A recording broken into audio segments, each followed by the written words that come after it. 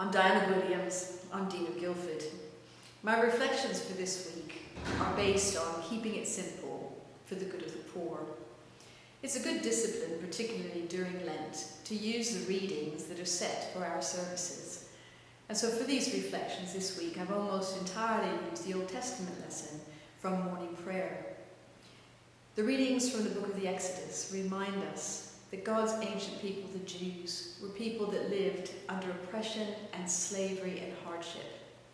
And their story of their begging God for justice is something that we might hear all around us today, where people continue to live in hardship and in oppression, and yes, in slavery. The week is punctuated, of course, with the Annunciation to the Blessed Virgin Mary, and our recollection of when she met Elizabeth and the babies together in their wombs jumped for joy. And the reading from 1 Samuel is Hannah's wonderful song when she dedicated her son and left him in Shiloh. And then by the time we come to Sunday, on 29th of March, of course our main act of worship is the Eucharist, and so I've used the Old Testament lesson from there.